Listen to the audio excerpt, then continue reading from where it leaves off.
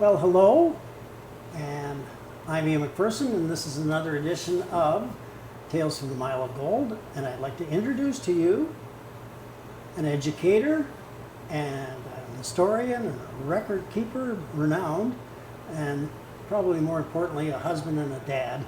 And it is, of course, Bernie Jaworsky.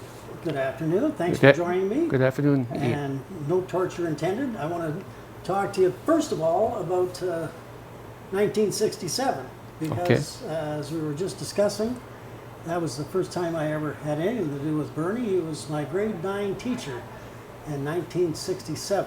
So, having said that, I know that that's probably the time and the year you came to Kirkland Lake. That's correct. From where? I was raised in a small town in southern Ontario, Delhi. I was born in 1945 there. Yeah.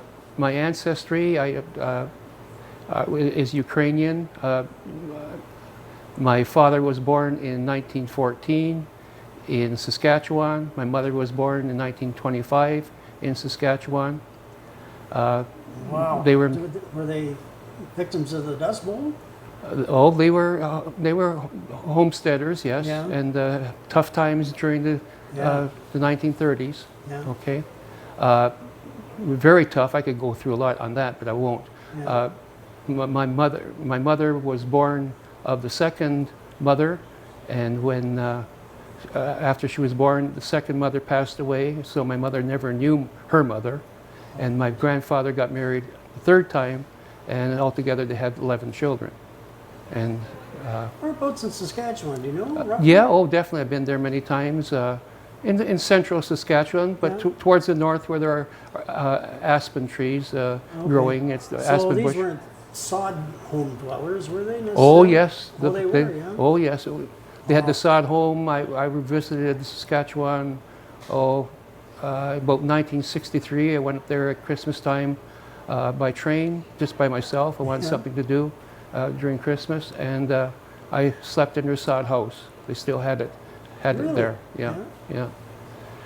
And my father was born a little bit further south in Ituna, Saskatchewan. Yes. Yeah. And sad stories there too. Some of the children didn't survive. They didn't have any medical assistance, probably lack of food, lack of vitamins, and so on. So a lot of the babies died. And he told me that he thinks it was never mentioned they were buried and forgotten about, and where they were buried, who knows. But he told me that they had 4 brothers and sisters that passed away. And So at some point, they decided to move east. yes, my parents didn't know each other in different areas, and my father hopped on the train in the late 30s, rode on top of the boxcar, remembers people falling off. He remembers going through the tunnels and choking of the smoke, and he ended up in southern Ontario because the tobacco country was looking for laborers, and that's where he ended up. In Delhi. In Delhi, yeah. And my mother, she left. She was born in 1925, so when she was 17, she left with a friend of hers from Saskatchewan, and they ended up in Brantford, and that was during the war. And they got a job at an airport where they were preparing and repairing motors, she said. Yeah. So it was something on the assembly line. Yeah, well, I think Massey Ferguson and Massey Harris had war contracts during the war, a little later on. Yeah. And they were married in both of them ended up in Delhi. My mother visited her sister who was already in Delhi for the same reason. There was tobacco harvesting and so on. And my mother was introduced to my father, who was the brother of the other marriage. So my ancestry is my mother and is the sister of my uncle, and my uncle is the brother of my father.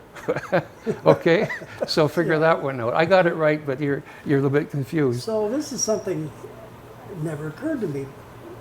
Are you bilingual? Can you speak No. Ukrainian? No. There's a story behind that. I was bilingual till I was 5 years old, and I was a firstborn. Okay, Yeah. I was born in 1945, and I went to kindergarten, and I was playing out in the playground, and it was thundering, Yeah. and I didn't know the word in English for thundering, so I said "Hudmit, Hudmit," Yeah. and everybody started to laugh. And of course, I'm just a little kid there, and Yeah. I went home and I cried. Told my father they were laughing at me, and he was quite strict. He said, "Okay, that's it. No more Ukrainian." He said, "Oh, we're only going to speak English now." So that's why I never learned how to speak somehow Ukrainian. I think it must have served you well because I knew your mother-in-law very well. She was very Ukrainian. Yes, So somehow that must have had something to do with the marriage, I'm assuming. it had a lot to do with the marriage. I'm going to tell you how Mrs. Chorney. by I'm the going to tell way. you how I got to Kirkland Lake after this Okay, little yeah. story, because you're asking me about my in-laws. When I was, let's see, 27 years old and in Kirkland Lake for 5 years and single, and you know what that was like. And Oh boy. okay, See, now I I- didn't know it was that long a stretch. 7 Yeah, years? Okay. I was. Oh, did I say 7 years? Yeah. 5 years in Kirkland Five, Lake. okay. Okay, and single, and my buddies came over one Friday night and said, let's go out and have a good time like we usually do. Yeah. And somehow that time I got fed up with my lifestyle. Okay, it was quite wild on weekends. Okay. Yeah, And, the young teachers at that time had a reputation. Yes, we and they did. had to maintain it. We worked hard and we played hard. did, Okay, and I went with them to Tony Poloni's Yeah, drinking hole. Anyway, yeah, it was called the Queens, I think. At that time. no, No? oh yeah, it was the Queens. Yeah, the Okay, Queens. well, a long time ago, and I wasn't too happy, and sitting there and had a few beers, and I looked over and I saw this girl across the way, Yeah. and the music was on, and people were dancing, so I went across the floor and figured no chance, but I asked her if she wanted to dance, and she did, and 3 months later we were married. Really? Maybe, for some reason, but not not. We were married. Our child didn't come till One of 5 those- years later. One of those Yeah. Tony Poloni matches. Yeah, I'm sure that's- there's more than a few of those. Yeah. So let's take you back now. Graduating from where now? Okay. This is I went. phenomenal. What you tell me the family history? Somehow Yeah. they got you through university. Yeah. I just want to say of my youth, I learned how to work early. I had two paper routes. My father was in construction, so when I was 12 years old, I'm already digging foundations for Oh, footings. boy. Yeah. Okay. If not, I'd be walking around the farms and so on where he was employed. I worked in tobacco. I was a tobacco picker. You still got stains? Oh well, no, they're gone. Yeah, but I love to work, Yeah. and I worked for the Ontario Tobacco Board, measuring fields, Really? Yeah. and I worked in Inco at the refining plant in southern Ontario for a while. I didn't like that job. It was smoke, suffocating, hot, and I worked hard there. And I quit. And my uncle was working in a carnival, and I drove to Toronto, and he put me into they call them joints, okay? And the businesses, little tents. Yeah, and yeah. he owned two of them, and he had a third You one. were a carny as well. I was a carny as well, and that was quite an experience, Well, quite a what lifestyle. way to see the yeah, country, yeah, too. yeah, yeah, and I worked at the carnival for about 3 weeks, and I did very well. I was clean cut and had Yeah. very different personality than the workers there. And my uncle set me up selling monkeys on a cane, and it may make you laugh and all kinds of little dolls and so on. But since I looked good, the people would come up to me. Otherwise, they'd shun these people, the other ones. And I made good money, but I found out I was supposed to get 20%. And as I was making more money, I knew I was selling more, but I was getting less. Yeah. So I had a car at that time, a 1957 Meteor. This was in Windsor. I hopped in my car, and I didn't care about working because in Delhi I had tobacco to back me up, Yeah. and my father's contracting business to back me up. Yeah. So I just wanted to talk about my work ethic was developed very early, and it continued through teaching. So I'm assuming then this is leading up to you help work yourself through university. Yeah. I So basically tell me where you went to university. went to University of Waterloo. Waterloo. Okay. I basically paid for my own education. I kept my Ford Meteor, and I was very popular there because a lot of my friends that I made there didn't have a car. Yeah. So I traveled a lot with other people to different places. Well, Yeah. I didn't go home very often. My sister was 5 years younger than myself, and my brother was 19 and a half years younger than me. So when I left for University of Waterloo, my brother was only 3 months old. So I really didn't get to know my brother that well. We're going to talk about Bernie's brother in a minute. Yeah. But what was your major? My major was biology and geology, a combination. Yeah. Really? Yeah. Biology, geology. Yeah. Those are opposite in a lot of ways, at least as far as industry goes around here. Well, the biology the class. fish and chip guys, Yeah. here you've always heard that in the Rockbusters.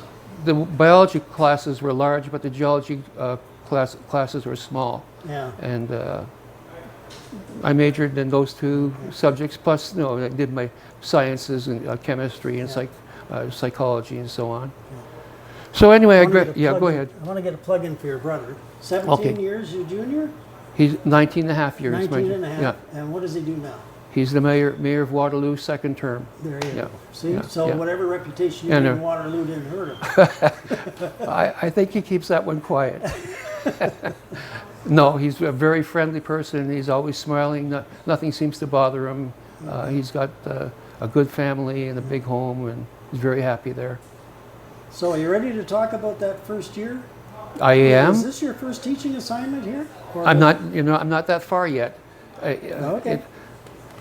I graduated, and Yeah. I had two close buddies, and I had the car. Okay. Yeah, okay. And we decided for graduation, Canada's 100th anniversary, that I would drive to Montreal, and we went to the Montreal 100th anniversary Expo celebration. 67? Expo 67, yeah, thank Yeah. you.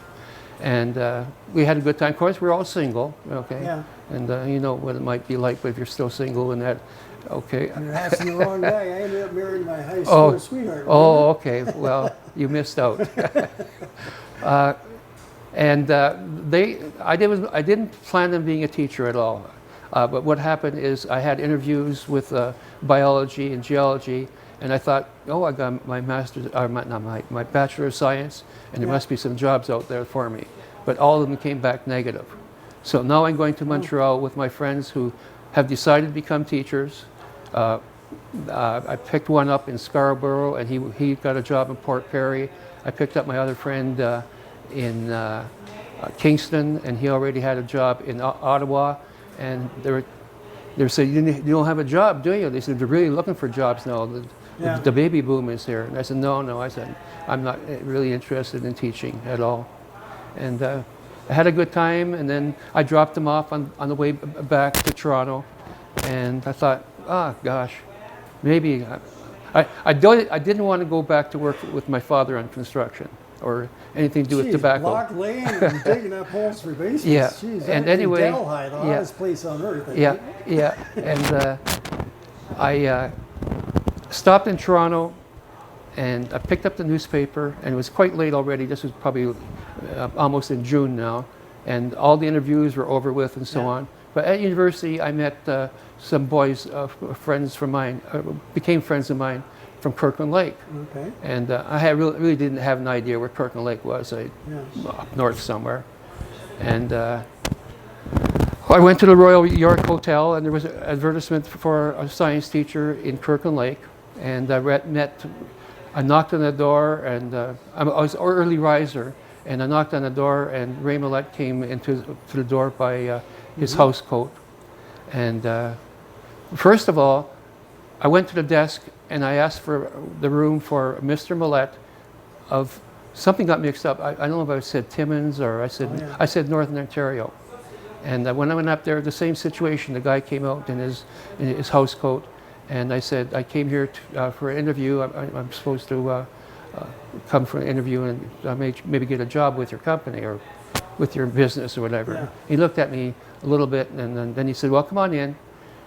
So he said, well, we're not really hiring right now. He says, but I'd be interested to hear what you have to offer. And I said, oh yeah, I had my little things ripped out from the Toronto Star or whatever it was. And I said, no. I said, you're looking for a teacher. He said, well, no, I'm not. And he said, I'm Mr. Millette from Timmins, whatever it was, the Timmins business. And he said, we're not hiring right now. So I'm all embarrassed and everything. I go down the elevator and I say to myself, the hell with this interviewing stuff. Yeah. Then I decided, well, I'm going to try it again. So I found out where Ray Millette, the principal of the high school, and the same thing, I knocked on the door, and he invited me in. He said, wait, I'm going to get freshened up a little bit. So I wait there, and he says, really, you're too late. He said, we've hired everybody, basically everybody that we wanted, and we're going back this morning to Kirkland Lake. And I said, oh, okay. But he said, one thing, he said, I think he had a look at me, maybe he might be losing something, okay? I'm in real good shape and young and ambitious. And he said, there's one option open. He said, we interviewed the science teacher that we wanted, and he said, we decided that he'd be our science teacher, but he didn't want to sign a contract. He said he's coming back at 11 o'clock, and he's going to shop around a little bit more before he comes up to Kirkland Lake. Mm-hmm. And he says, is there any place we can contact you? Because I told him I was from Delhi. I said, well, my uncle, this is the one in the carnival business, lives in Toronto. I said, I'll go there. And he said, well, we'll call you at noon hour and tell you if this fellow decided to take this job. And when he called me at noon hour, he said, you got the job. I'll see you in Kirkland Lake in a few weeks. So that's how I got to Kirkland Lake. So that, first of all, I didn't realize back in those days that's how they recruited teachers. They actually had a job fair? Job fair. Is that what it was? Yeah. That was the thing to get into teaching. This is the baby boom, and there were a lot looking. Well, certainly, the baby boom. And no other place, I'm sure, that was any greater than Kirkland Lake. That high school was bursting with kids. Yeah. Anyway, I ended up in Kirkland Lake, and I still had it in mind. No, I didn't end up in Kirkland Lake. I had to go summer school. We had, and that was a different summer school because now teachers have to go to another university year to become a teacher.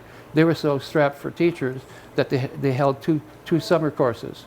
And I took the first summer course, and then the next year, after I stayed in Kirkland Lake, I took the second summer course. And I didn't think teaching was for me, but I came here and I got the curriculum, and I saw something you had to collect flowers and plants for grade 9 and so on. So I went out to King Kirkland and picked up some plants, and that was my field. And saw many different kinds of plants and so on. And to make a long story short, I got to liking teachers. I got hooked on it. Yeah. My memory of you in grade 9, I just assumed you'd been there forever. Yeah. And certainly seemed very confident. I didn't tell. There was no problem with discipline in our class, so No. obviously you had a certain presence. I Yes. suppose, among But the that's kids. that's from my upbringing. I told you Yeah. before. Yeah. I was sort of a workaholic when I was young, and I came from strict parents, Yeah, and yeah. I was a tough guy in my younger days. Well, I've maybe had so, but yeah. I don't remember being intimidated. No. It just seemed, well, you were the Very authority figure, stern, very stern for 22 years we old. called you sir. Yes, Eh? yes, yes. Yeah. And Now you say geology. I took geology at KLCBI about grade 12 maybe or 13. oh, And they'd offered it there. Okay. Did they offer that at any other high school in Ontario that you know of? I didn't realize he even offered it there because it Yeah, wasn't it was- wasn't there when I started. Okay, I can't, Okay, yeah. forgive me, I can't remember Yeah. the name of the teacher Okay. at the time. But we got to take an underground tour Oh, okay, of the Upper Beaver at the okay. time. Was it Bruce Stratford? No, No? no. Okay, No. because Bruce had a geology course in grade Oh, there grade you are. 13. Grade 13, Okay. yeah. Well, no, it was before Bruce Stratford, Okay. I guess. So anyway, had a good time. There were 32 new teachers on staff that year. Really? Yeah. So And as I said, We there worked was no hard. shortage of kids. we worked hard during the week, but Yeah. Saturday was Yeah. a play day, and Sunday was come back to the high school and prepare your lessons for Monday. Okay. So Most of us were single. you and I have chatted in the past, and so I know, somehow I know about, a little bit about how you got interested in the families of Kirkland Lake. It got to be beyond just the kids as you were teaching, but somehow you got to know some of the families. And from that you got to know a little bit about A some hint. of our, a hint at least of No, I'm going to tell you a hint. Capital Arms. the Capital Arms. The Yeah. Capital Arms. I met a lot of the parents there. Oh, okay. Yeah. Is that where the parents went? Yeah. Oh, To talk about their son or daughter to see how Okay. they're doing. Oh yeah. Okay. Well, we had the teachers group there. We had the dairy group there. We had the hydro group there. yes, I And remember the hydro. okay, Yeah. and Archie and Yeah. and yeah. the group. So And from that, I know you got to know that there was parents missing, and I think that's how you originally got into the notion of the idea of some of these industrial accidents we've been having with the mines over the many years. no, that came after. That came after I retired. That's a long Oh, way did it? off. Oh, okay. I was just talking about the Capital Arms. The Capital Arms, that's where I met the people. Ron Preston, okay, Yeah. he was a football coach. He Yes. looked at me when I was walking down the hallway the first day of school. I'm in great shape. He says, "Have you ever played football?" I said, "Yeah, I played high school football." He says, "You're my assistant coach." Grabbed me by that. Oh, Okay. Now, Ron was Ron. Okay, we won't talk about Ron too much, but he knew the area. We traveled together. Okay. When we went to different towns to play football, Sudbury, not Sudbury, but Timmins and Iroquois Falls and Kapuskasing. He liked to let the boys go and go for their own meals, and then to meet at 7 o'clock to go back to Kirkland Lake. And I jumped around with him for 2 or 3 years until he went to Sudbury to teach at the University Laurentian. is that where you Yeah, ended up? yeah, Okay. yeah. But unfortunately, he died at 59 years old, and Yes, he did. yeah, died there too young. I didn't know that. I played junior football. Was this junior or senior football? No, you're probably on my junior team. Who was assistant coach? It was me. No, it wasn't you. It was. Yes, it was. Was it? Yeah, I coached. remember me there? I coached that year. Okay. Oh yeah, I remember you. I Well, coached my see, first year. Somebody rang Yeah. my bell there a couple Yeah. of times. Maybe I Yeah. forgot that part. You sure did. So where are we going from that? Well, now we have. Well- we're married now. I got And, married. and, In 1971, I got married, Yeah. and we had a apartment here, and I didn't. I came from Delhi. We all had big yards. Okay. Yeah. It's a farming area, Yeah. and I helped my mother in her garden and Yeah. help her with the flowers and everything. And here I came to Kirkland Lake, and there's these little 50-foot lots that everybody Yes. wants to live close to each other because they didn't have a car in the Or old days. 40 by 100. Yeah, whatever it is. was. Yeah, And yeah. I went for a ride, and I went for a ride, and I ended up in Dobie. Dobie. Okay, I turned left at Dobie, and I snooped around there, and then I turned down the mine road, and the mine had closed now. Okay, they closed in 72, and these houses were empty, abandoned. And I went by the mine manager's house, and I looked at it, and wow, looked through the windows. Wow, big yard, bush. Yeah. I'm from Southern Ontario. I'm gonna love this. So I went to the real estate agent here, and I inquired about it, and they said they didn't know anything about it. But they said go to the office. The office was still there, open, and see what's up. So I went there, and the fellow said, "Yeah, we're selling these homes." He says, "Maybe you're too late." He says, "They're up for silent auction," and he said, "No." He said, "Yeah, this was Monday, and this was Thanksgiving weekend coming up," and he says they're having the opening of the bids on Saturday before Thanksgiving. And by that time, I had a trip planned back to Delhi for the Thanksgiving weekend, and I talked to a real estate agent. I forgot her name, and anyway, she said to me, "What are you thinking of this bid?" And I said, "Well, I want to put a bid on it." And I said, "I don't have that much money, but." And I said, I was thinking about $18,000 for this house. Yeah. And she said, no. She said, that's way too high. Yeah. I was gonna say, yeah. In those days. And it wasn't Yeah. that high, but anyway, I put in $9,500. Yeah. And I was in Delhi on Thanksgiving, and I got a phone call from the real estate agent that the house is yours. Okay. No, But- that's amazing. But it wasn't looked after for a year and a half. It had a fire in it. It had a flood in it. It was dirty. They had to break out the walls to put in new piping because it was hot air Hot water. hot water Yeah. Yeah. fueled that way to heat.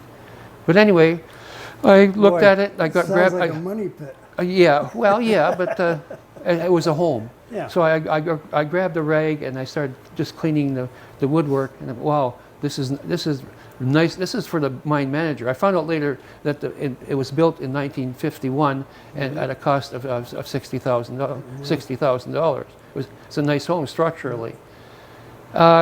So I didn't buy the house because now they had it subdivided and had to go through a whole bunch of things, and they told me it's held up. They said it's your home, but we can't go through to it until we make it into a subdivision. And they said, well, in the meantime, we'll pay the heat, we'll pay the taxes, and we'll connect the water for you. Anyway, it took 2.5 years to do it. Okay. Yeah. Now I got the $9,000, $500. I paid cash. Yeah. I've got a home, and Yeah. I'm still in Dobie. Yes, you are. Yeah. That's a heck of a story. Yeah, it is. And it's such a shame when you think about the mine houses in Kirkland Lake.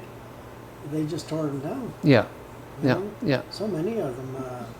I'm especially thinking of Ted Yeah. Hughes' property. What a, But our mine there, Upper Canada, only opened up in 1938. So the houses were somewhat recently built. yeah, Okay, so mine was built in 51, and yeah.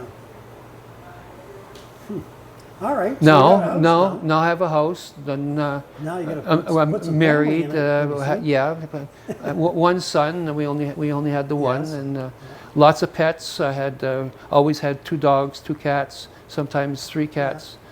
It was a great place for them. I built them a pen and so on, and went to school every year and enjoyed it. My daughter, And retired in '98. My daughter, who had might be close to your son's age, but she had a friend out in Dobie, and I remember we used to bring her out there. This is about the same era. And there was a real bustling little community Yeah. there for the longest Yeah. time. I Yeah. don't know what it's... Well, perhaps it's different. Okay, Well, a the- bunch the- of old seniors like you maybe there now, kind of well, things down. the seniors are passing away also. Yeah. It's different. That's all I'll say. All right. let's retire you now. So what's Okay. going to happen now? You're probably pulling your hair out because you always like to be doing something. Well, that's why I have the big yard, and that's why I'm tanned, and Yeah. flowers were, and the bush, and I heat with wood, and I don't have to, but Yeah. I like cutting wood and Yeah. living like a Just something pioneer. about wood heat. Yeah, I yeah. feel like you've accomplished something like that. Yeah. So let's see. I'm retired, and already in my retirement in 1998, I went to the Miners Memorial in the mid 90s, and got very interested. They have the 3 headstones there, and I noticed all the names, and I noticed lots of them were. I don't call them foreigners, but that's what people call them. Ethnic people. So I got interested in that because I'm from ethnic background. Worse than Jaworski. That's right. Can't be, yeah, that's right. So I joined the genealogy club here, figuring that there's only names there. It's something missing. Okay, Yeah. just a bunch of names, nice on the monument. Yeah. And I joined the genealogy club, and because I did genealogy too of my family, I did that from 1980 on. I found Okay. about 1,000 of my relatives. But anyway, this was another project I was looking at. I went and joined it, and they went around the table, and everybody explained what they did in the last month and so on. And I said to them, I'm involved in my genealogy project, the Ukrainians in Saskatchewan. They said, we don't have anything in Saskatchewan. This is local. It's Timmins, Kirkland Lake, Englehart. Okay. I said, okay. I came back the next month, and I said, I want to do my family. I'm going to do is all the people on those names on the headstones. And I said, what do you people know about those people? He said, we don't know anything about those people. Yeah, yeah. And there was an old fellow there, 80. Well, I'm almost his age now. Old fellow next to me, and he looked at me. He said, well, young fella, I'm what, 54 years old. He says, well, young fella, he said, I think you got a project to do. And I said to him, yeah, probably I do. So that's how I started. It wasn't for a book. It was for interest, because I'm interested in genealogy. I found some people that still lived here. I thought a lot more did, but they didn't. The families are gone. And after 4 years, with Mr. Drew Brooks' help, he retired, and he came. We worked together for 3 months. He came every day, Monday to Friday. We went through one story at a time. I did the research, and he helped me with the writing. And his flair is in the book. You know, he has the flair of the language, so we use that. So he what was we're sort of talking about here, incidentally, is a book called Lamps Forever Lit, and is the story, all the stories of the names on the Miners Memorial in Kirkland Lake. I can't imagine where some of those, how you would source out some of those stories. Who would know? Are there accident reports available still? Yes, there are accident reports. There were, and the very rare books. And I know some other people had them, and had them for every year. I also interviewed people. And I suppose the newspaper. The newspapers, yes. But unfortunately, the odd thing about the newspapers, they had them in microfiche, and I'd go to like 1937 that a certain person got killed, and you put on microfiche, and the page is missing. And that's happened lots of times. You knew what happened. The families came back, and they wanted the newspaper, so they clipped a lot of those things. But I wasn't planning on doing a book, so that didn't bother me. Yeah. Now I found out that the accident reports were printed each year annually, but there was only a few at the museum, and I found a couple on eBay or something. And I contacted Sudbury. And they said, yes, we have them here, and you'll have to come here and use them. And I need about how many, 60 or 70 of them. Yeah. Okay. And I said to myself, no, I'm not going to go to Sudbury and spend 3 months or 3 weeks there, or months, and all the expense and so on. So I contacted my Liberal MPP, and maybe your era, Ramsey. Oh yeah. Okay. Ontario. MPP, yes. Yeah. Okay. Yeah. I contacted Ramsey. I told him what I'm doing, and he said, I'll get back to you. And about a week later, he gave me a call. He says, They're all packaged up in a wooden box, ready to go to you. He said, I reserved a spot, an office, an office here locally at the mining Department of Mines. And he said they got a Xerox there that he said you're only getting a week, and he said Xerox whatever you want from those books. Yeah. So that really helped out. Wow. Yeah, I guess Wow. that. Now I'm on the run, but Was that might have been his ministry at the time? I know he's. it could have been. Yeah, okay. Yes, probably was. Yeah. So I really thank him. Yeah. You know, I really thank him because it wouldn't be any book. But still, look, I've read your book. It brought me to tears a couple of times. There's a lot more going on there than just the clinical, here's what happened in a particular accident.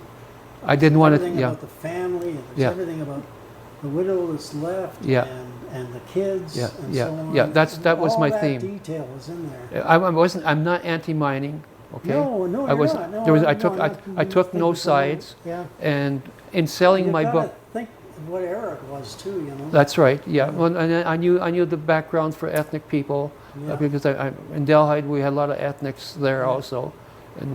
Yeah. When you say ethnic, you're Eastern European. Eastern European, yeah. Especially. Well, but and well, not always Italian. I'm not going to say this because we're. Some of the men were selected because of who they were to go deep into the mine, okay, into dangerous situations, and that's all I'm going to say. I didn't say it in my book, okay. Yeah. So that's why. Okay. No, okay, you fine. got. Okay, yeah, I'll leave it there. Leave it there. And Wow. interviewing was tough, but what I learned is don't bring a tape recorder, don't bring a camera. These are elderly people. Talk about something else, and then sort of say, I understand your husband was killed in the mine, and it was sad, and and then they start to talk. Yeah. Okay, if I didn't talk, they'd start to talk about what happened, okay? And they really didn't know what happened. And a lot of them told me it was sad, I had children. In town, you don't talk about deaths at a mine, okay?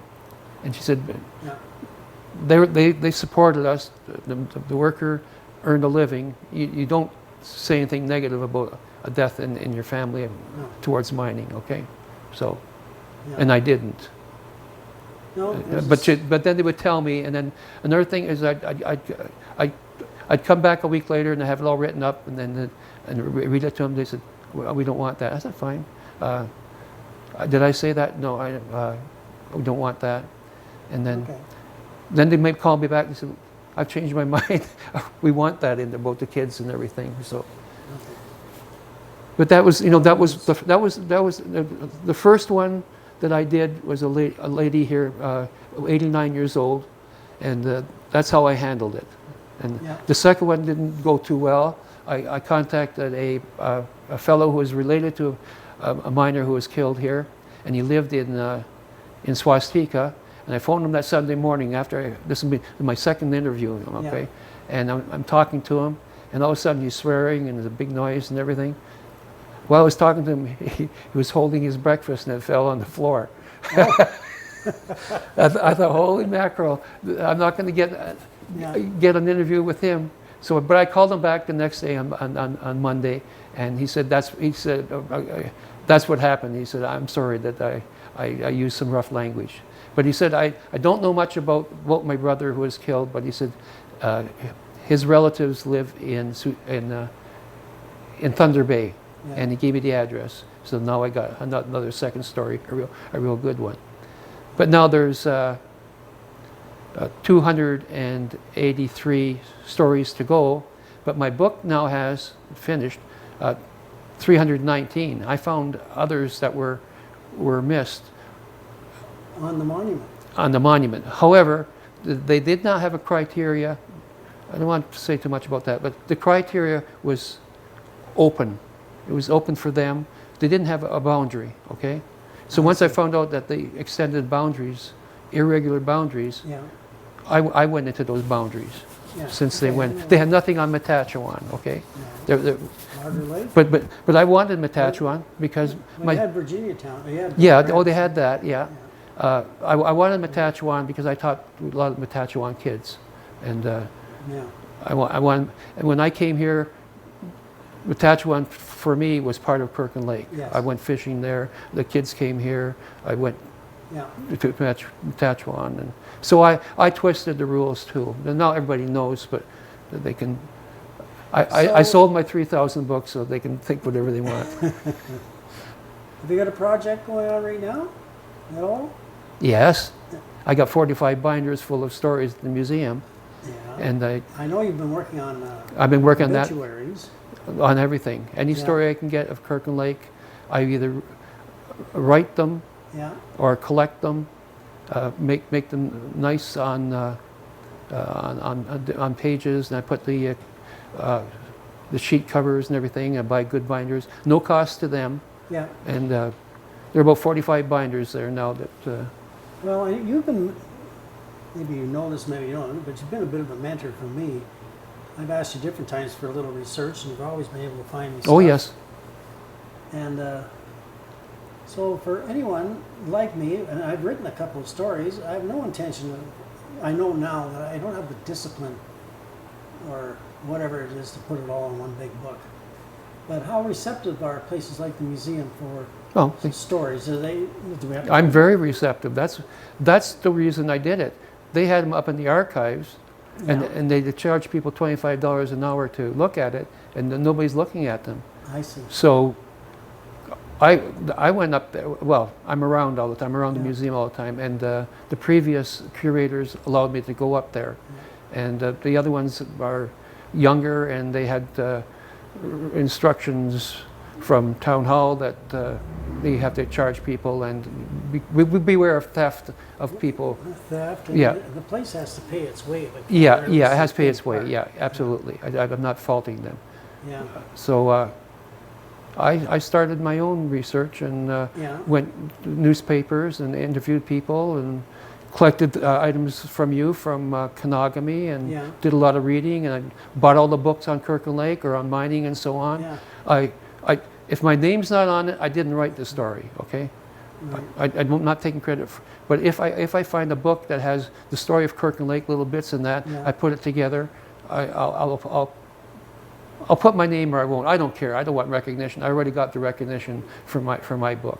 Yeah. I want to tell you though, my publisher wanted $20,000 up front Yeah. to publish the book, Yeah. and I found I wouldn't accept anything less than 300 for people around town, and I went to my insurance agent where I bought the car, whatever, Yeah. you know. Yeah. I rub your back, you rub my back now a little bit, okay? And then I wrote a letter to the United Steelworkers, and I was sort of angry that maybe they didn't pick up on this book, but why should they? Anyway, I got about 3 weeks later, I got this phone call, and he said, "Are you Mr. Jaworsky?" And I said, "Yes." And he said, "Who in the hell are you?" He said to me, "Who in the hell are you telling us what to do?" So I explained why, and he said, "Well," he says, we like the theme of your book because we did get our start in Kirkland Lake." Yes. And he said, you know there's a book out, Remember Kirkland Lake?" And I said, "Yes, I have that book." And then he said, "We can help you out." That's what he said. "We can help you with some of the expenses." And he said, we'll get back to you." And I sort of apologized for what I did, but I got some action. Probably Yeah. if I was a nice guy, I probably wouldn't have gotten any action. Yeah. So anyway, he called me back a couple of weeks ago, and he said, "How much money are you looking for?" And I said, "I just got information from my publisher. He wants $20,000 up front because I'm not a published author." Okay. And he said, "Oh, okay." And he said, "Kirkland Lake is dear to our heart," but he said, "I'm going to have to go to different meetings and so on." So about 2 weeks later, he said, "We're going to give you $10,000 from our Ontario section, and the national section is going to match it and give you another $10,000. So you got your $20,000. Yeah. Bankroll. Yeah, yeah, yeah. But he said, we're not going to give it to you until we see this book. We want Right. to see this book Of course. in book form. Yeah. So it took us about a year. Chuck Walston and I. Chuck did all the. Incidentally, we probably started the same year you did. Didn't He started the same year I did. Yeah, I yeah. broke in all these. Yeah, guys. yeah, he broke them all in. Yeah, Yeah. made us fine He was my teachers. homeroom teacher. at that Yeah. time. Anyway, it kept on developing, and I had with the local donations, I had $27,000. I gave it all to the publisher. Oh, I put it through the memorial committee here Yeah. because some people wanted the receipts, and I saw June, Yeah. and she said, "We'll take the money. Anybody wants a receipt for their, we'll pass it through as the miners' memorial." My brother said that's money laundering. He said, Well, likely. but not really. A sort of gray area. But anyway, so it was a donation from the miners' memorial to the publisher. My name was not involved in it, Yeah. even though I collected it. Well, it's a wonderful thing. I have a copy of it. I'll never part with it.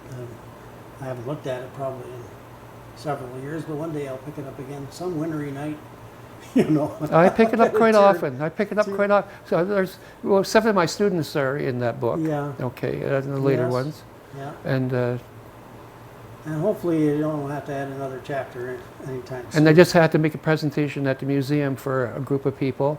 And Tanya said I'm getting too old, my wife, Oh. because no, I broke up. Oh, Yeah. yeah.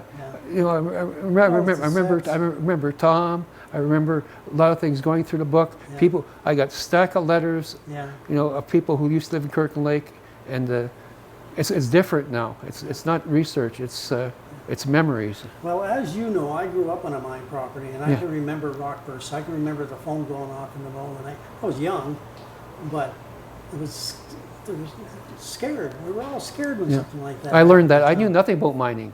Yeah. You know, I And, mean, it brings that Yeah. back. It's a certain element of Yeah. that back when I read some of those stories. I Yeah. just know what must have been going on in people's well, we get minds. a little older, we get a little more sentimental I guess we're so. for a good reason.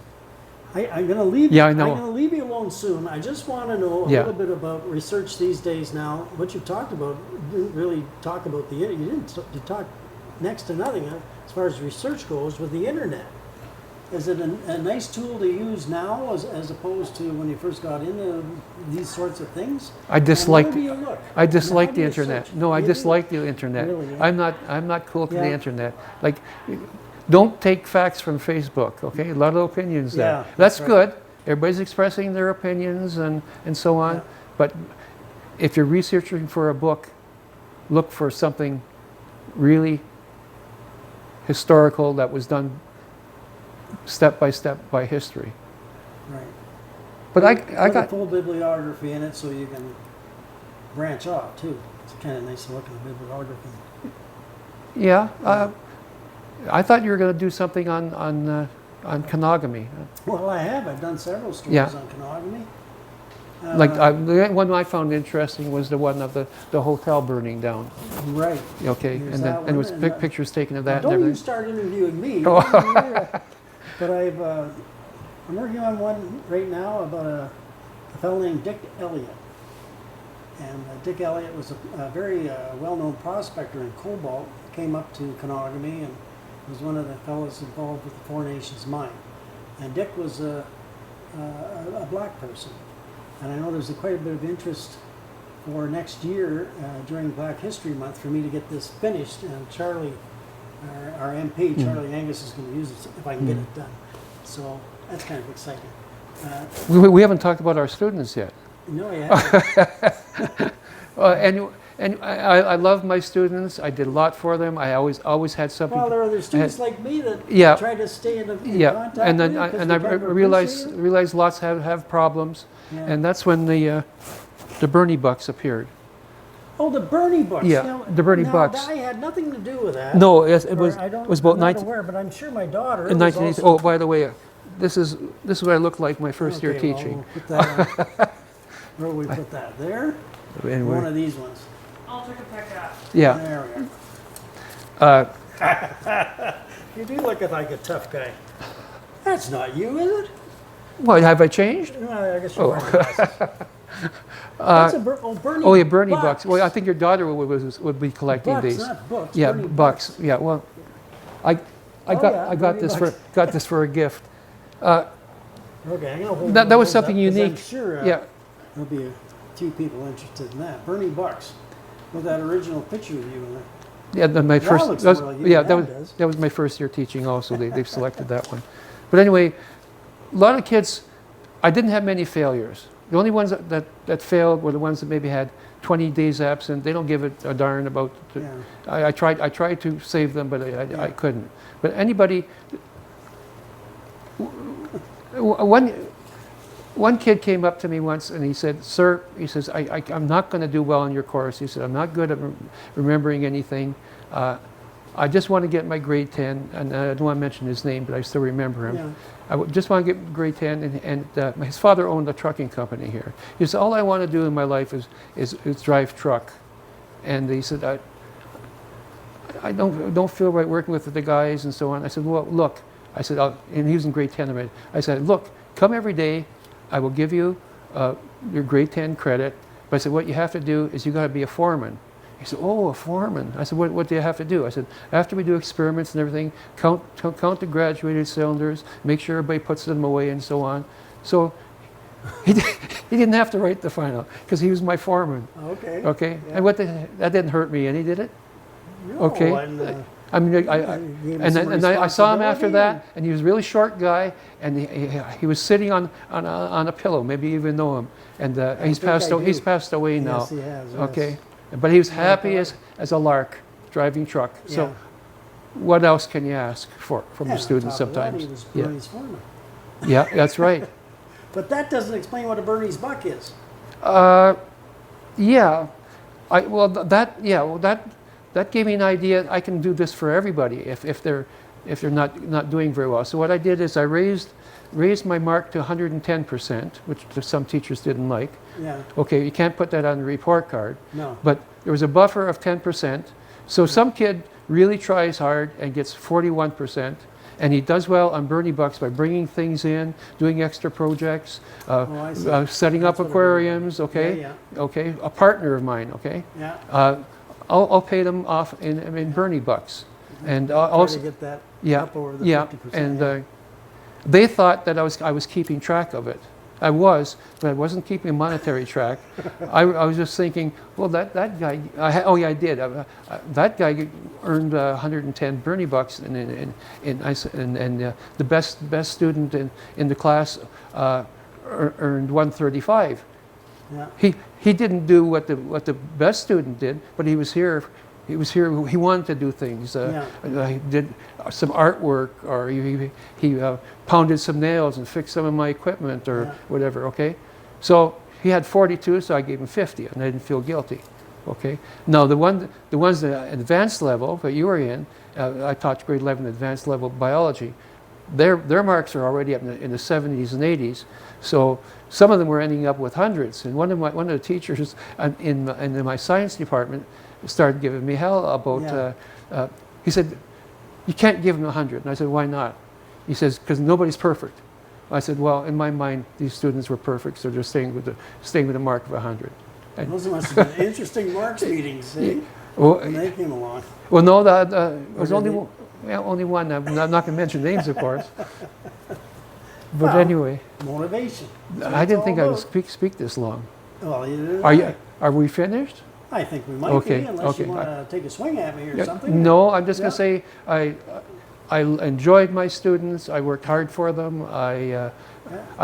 In 31 or 32 years of teaching, 31 and 32. I taught 31, but I got credit for 32 because in 1967 counted at the beginning. It was only half a year, but on the pension they counted. And Golden handshake. I guess I'll end there. I had Well, something you else to know say, what? but I had said enough. We really appreciate Okay. it. We really do, Yeah. Bernie. Thanks for everything you did for me. even though I can't remember half of it apparently. Another tale from the Mile of Gold, and thanks for joining us.